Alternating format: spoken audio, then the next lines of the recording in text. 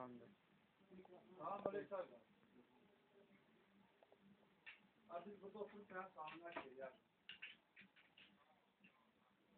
Yerden fırsat olsun. Biraz sabit söyledim. Dostların ham sabit verir yani. Aziz bizden ne? Kardeş var Allah. Allah fırsat versin diye. Sağ ol, sağ ol. Sen de siyah kuru var. Ben de siyah bir burada olsam ama ne zarar yoksa. Gölümüzde bir kısa demek istedim. Alo.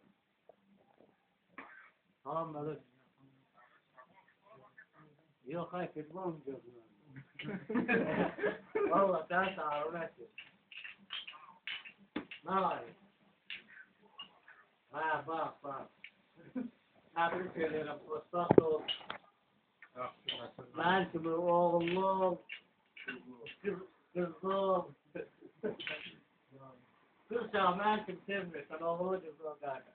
İnşallah sonra kaplarsın. Aa kardeşler görme demektir. Sen sağ ol. Ne bu ödeyeceğim kardeş.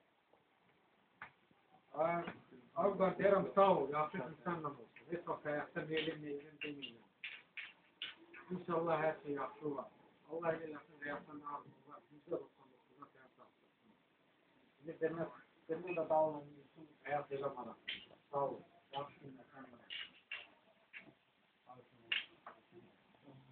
Önce de kim Allah bilmez. Allah hoşbak verir. Yaxşı günler sen